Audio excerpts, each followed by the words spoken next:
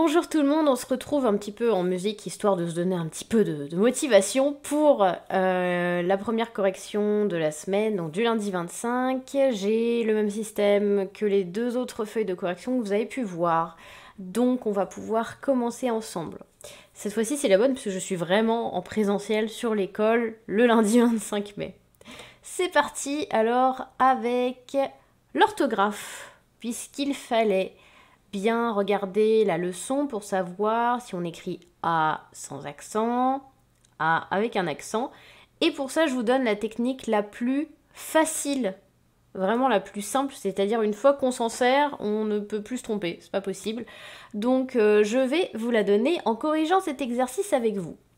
Donc là, pour les phrases qui vous sont proposées dans l'exercice, j'ai à chaque fois remplacé notre hésitation, c'est-à-dire le A avec ou sans accent, par avait. Par exemple, c'est un livre facile, avait lire. Est-ce que ça se dit ou pas? Je crois que non. Donc, si ça ne se dit pas, si on ne peut pas remplacer A par le mot avait, ça ne se dit pas. Donc, ça nous donne c'est un livre facile à lire. Donc, on rajoute un accent. On réessaye avec le deuxième. Elle avait un beau potager. Est-ce que ça se dit? Oui, on pourrait très bien remplacer le a par avec, qui est donc le verbe avoir à l'imparfait. Ça se dit, donc on peut écrire elle a un beau potager sans accent. On réessaye encore une fois avec le suivant pour voir si vous avez bien compris la technique. À chaque fois, il faut remplacer notre hésitation, c'est-à-dire a avec ou sans accent, par le mot avait. Ils habitent avec 1 heure d'ici. Je ne crois pas que ça se dise, donc on va l'écrire. Ils habitent à 1 heure d'ici, à avec un accent. Il avait encore des recherches avait faire. Alors là, on en a deux.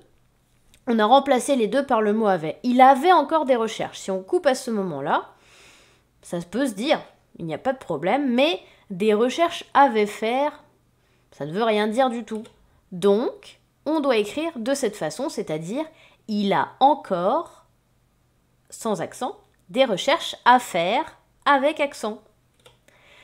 Ensuite, pour la compréhension de la lecture, étant donné que nous avions terminé l'enfant de la mer, je voulais vous proposer, là c'est un petit peu un crash test, d'accord? On en a parlé avec Madame Collet, c'est vraiment de l'entraînement pour voir si ça fonctionne. Donc je me suis amusée à créer une petite histoire, j'espère qu'elle vous aura plu et n'hésitez pas à me faire des retours par mail pour voir si c'était clair, si c'était chouette, si vous avez envie de connaître d'autres personnages de la boîte à personnages. Et du coup, dans ce texte, il fallait repérer. Donc j'avais mis des petites expressions en bleu et des mots en particulier en rouge. Il fallait tout simplement me donner la définition. Donc là, sans cérémonie, qu'est-ce que ça veut dire? Eh bien, la définition de cette expression, ça veut dire sans faire plus de commentaires, sans ajouter quoi que ce soit d'autre, sans ajouter quoi que ce soit tout court, d'accord?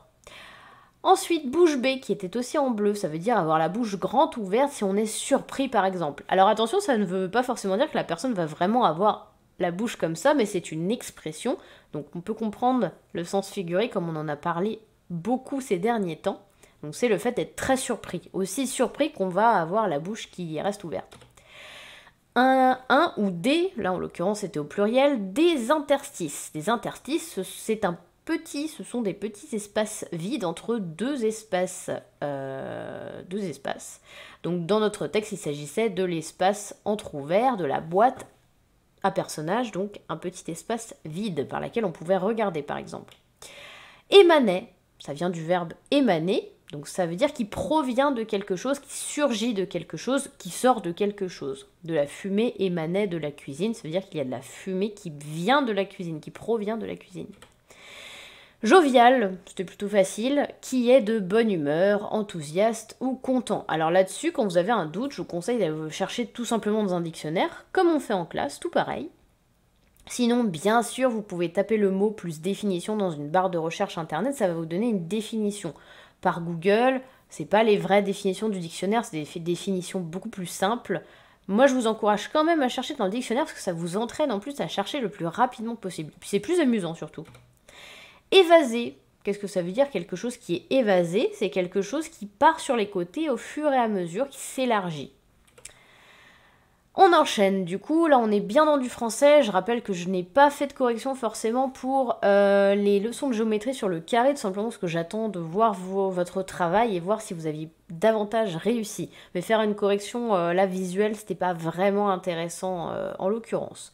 Donc pour la conjugaison, et d'ailleurs pour finir, c'était plutôt simple. En fait, là, je vous ai juste mis la liste de ce qu'il fallait conserver dans toute la liste qu'il y avait, puisqu'il ne fallait réécrire que donc les propositions avec un sujet et le verbe conjugué au passé composé. C'est-à-dire que s'il y avait un autre temps, il ne fallait tout simplement pas l'écrire.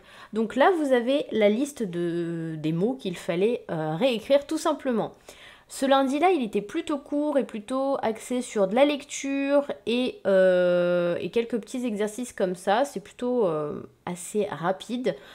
Sachant que les jours suivants, il y aura beaucoup plus de multiplication, des choses qui vont demander un petit peu plus de temps et de travail. Donc c'est aussi pour ça que parfois avec Madame Collet, on essaye d'équilibrer un petit peu, que ce soit pas non plus une montagne de travail tous les jours. Donc voilà, j'espère en tout cas que vous allez toutes et tous très bien, et on se retrouve demain pour la prochaine correction.